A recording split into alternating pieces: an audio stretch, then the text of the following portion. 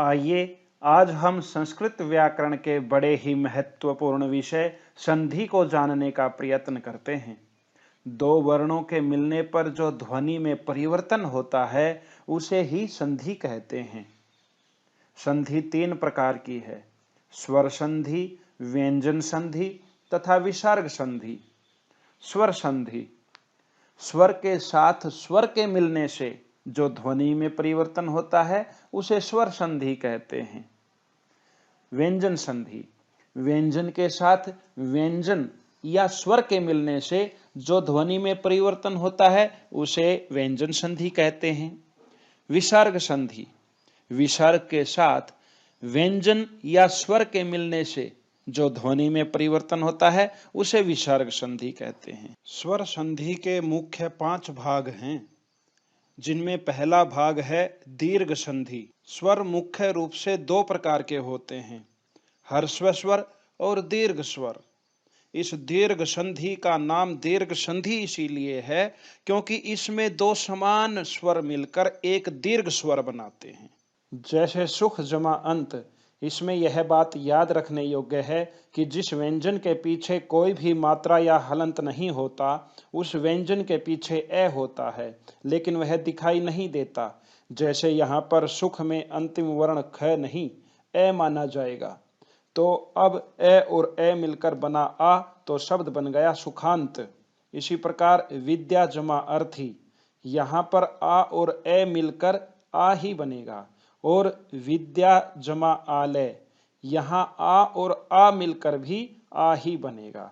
इसी प्रकार ई व ई मिलकर भी एक बड़ी ई बनेगी, जैसे मुनि जमा इंद्र मुनिंद्र। इसी प्रकार उ व उ मिलकर भी एक बड़ा उ बन जाता है, जैसे भानु जमा उदय भानुदय। इसी प्रकार री तथा री मिलकर भी एक बड़ी री बनती है। हालांकि इसका प्रयोग बहुत कम होता है। इसका उदाहरण है पितृजमा ऋणम पितृणम। इसके बाद दूसरी स्वर संधि है गुण संधि।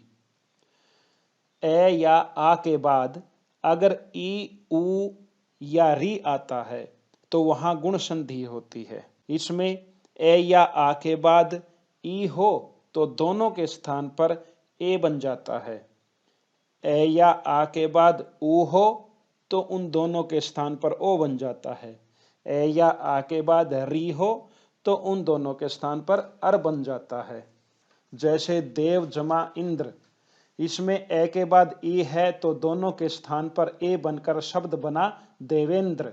इसके बाद पुरुष जमा उत्तम, इसमें ए के बाद उ आने पर यहाँ ओ बन गया तो शब्द बना पुरुषोत्तम। इसके बाद सप्त जमा ऋषि, इसमें ए के बाद री आने पर दोनों के स्थान पर अर बना। इस प्रकार शब्द बना सप्तर्षि। ये थी गुण संधि। इस संधि में 3 ही नियम हैं। ए या आ के बाद ई आए तो उनका ए बन जाता है। ए या आ के बाद उ आए तो उनका ओ बन जाता है। ए या आ के बाद री आए तो उनका अर बन जाता है। अब आगे वृद्धि संधि को देखते हैं। जहां पर ए या आ के बाद ए या ओ आते हैं वहां वृद्धि संधि होती है। ए या आ के बाद अगर ए हो तो उन दोनों के स्थान पर आई बन जाता है। और दूसरा नियम है ए या आ के बाद ओ हो तो उन दोनों के स्थान पर औ बन जाता है। जैसे एक जमा एकशः, यहाँ पर ए व ए दोनों मिलकर आई में परिवर्तित हो जाते हैं और शब्द बनता है एकैकशः। तथा जल जमा ओघः, यहाँ पर ए व ओ मिलकर औ बन गया, वह शब्द बना जलौघः। ये थी वृद्धि संधि। इसके केवल 2 ही नियम हैं। ए या आ के बाद ए हो तो आई बन जाता है, ए या आ के बाद ओ हो तो औ बन जाता है। इसके बाद यण संधि आती है। जहां पर ई उ तथा री के बाद कोई भिन्न स्वर आए तो वहां पर यण संधि होती है। अर्थात ई के बाद ई न होकर कोई भी स्वर हो तो ई के स्थान पर य बनेगा। इसी प्रकार ऊ के बाद ऊ को छोड़कर कोई भी स्वर हो तो ऊ के स्थान पर व बनेगा, तथा इसी प्रकार री के बाद री को छोड़कर कोई भी स्वर होगा तो री के स्थान पर आधा रे बनेगा। जैसे प्रति जमा एक, इसमें ई के बाद ई नहीं है लेकिन एक स्वर तो है। ऐसी स्थिति होने पर ई के स्थान पर य बन जाता है। अब तय में से ई निकल गई और उसका य बन गया, लेकिन तय आधा रह गया, क्योंकि व्यंजन तभी पूरा लिखा जाता है जब उसके पीछे कोई स्वर हो। तो इस प्रकार जब इनको जोड़ेंगे तो पीछे की ए ज्यों की त्यों रहती है, यह इस आधे य के ऊपर लग जाएगी। तो इस प्रकार शब्द बना प्रत्येक। इसके बाद ऊ का उदाहरण लेते हैं। अनु जमा इत, इसमें भी ऊ के बाद ऊ नहीं है, कोई भिन्न स्वर है। तो ऐसी स्थिति में ऊ का व बन जाता है। अब न में से ऊ निकल गया, इसलिए न आधा रह गया, तथा इनको जोड़ने पर व के पीछे की यह ई मात्रा बनकर व के ऊपर लग जाएगी। तो शब्द बना अन्वित। इसके बाद री का उदाहरण देखते हैं। पितृ जमा आज्ञा, इसमें भी री के बाद भिन्न स्वर आने पर री का आधा र बन गया। अब तय में से री निकल गई, इसलिए तय आधा रह गया, तथा इसको जोड़ने पर र के पीछे का यह आ मात्रा बनकर र के पीछे लग जाएगा। तो शब्द बनेगा पित्राज्ञा। इस प्रकार इस संधि के भी केवल 3 ही नियम हैं। ई के बाद कोई भी भिन्न स्वर आने पर ई के स्थान पर य बन जाता है। ऊ के बाद कोई भी भिन्न स्वर आने पर ऊ के स्थान पर व बन जाता है, तथा री के बाद कोई भी भिन्न स्वर आने पर री के स्थान पर र बनता है। इसके बाद 5वीं स्वर संधि का नाम है अयादि संधि, जहां ए आई ओ औ इनमें से किसी के बाद कोई भी स्वर आ जाए तो ये क्रमशः अय आय अवय आवय में बदल जाते हैं। जैसे ए के बाद कोई भी स्वर आने पर ए के स्थान पर अय बन जाता है।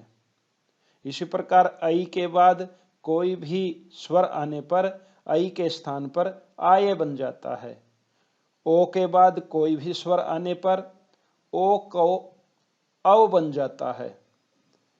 औ के बाद कोई भी स्वर आने पर औ के स्थान पर आवय बन जाता है।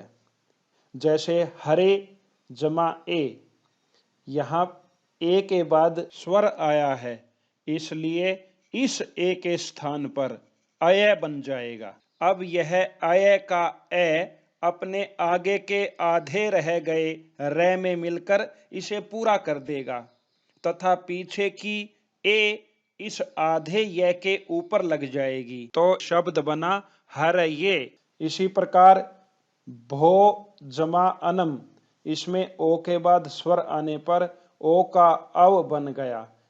अब इस अवय के ए ने आगे के आधे रह गए भय में मिलकर इसे पूरा कर दिया, तथा पीछे के ए ने भी इस आधे वय के साथ लगकर इसे पूरा कर दिया। तो शब्द बना भवनम। नई जमा अकह, इसमें ऐ के बाद स्वर आने पर ऐ का आय बन गया। इसमें आय के आ ने आगे के आधे रह गए न में मिलकर इसे ना बना दिया, तथा पीछे के ए ने इस आधे य के साथ लगकर इसे पूरा कर दिया। तो शब्द बना नायक है। पौ जमा अकह, इसमें औ के बाद स्वर आने पर औ का आवय बन गया। इसमें आवय के आ ने आगे के आधे रह गए पे में मिलकर इसे पा बना दिया, तथा पीछे के ए ने इस आधे व के साथ लगकर इसे पूरा कर दिया तो शब्द बना पावकः। यहाँ इस संधि के अन्य उदाहरण भी दिए गए हैं। इस प्रकार इस संधि के 4 नियम हैं। ए के बाद कोई भी स्वर आने पर ए के स्थान पर अय बन जाता है। आई के बाद कोई भी स्वर आने पर आई के स्थान पर आय बन जाता है। ओ के बाद कोई भी स्वर आने पर ओ के स्थान पर अव बन जाता है तथा औ के बाद कोई भी स्वर आने पर औ के स्थान पर आव बन जाता है। स्वर संधि के ये 5 भेद ही महत्वपूर्ण हैं। इनको समझाने का प्रयत्न हमने किया है, लेकिन कहते हैं अनभ्यासे विषम विद्या, अर्थात अभ्यास के बिना विद्या नहीं आती। तो आप स्वयं के उदाहरण बना बनाकर इन 5 स्वर संधियों का अभ्यास अवश्य करें।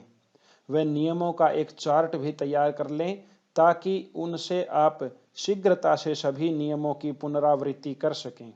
व्यंजन संधि के साथ मिलते हैं अगली वीडियो में। धन्यवाद।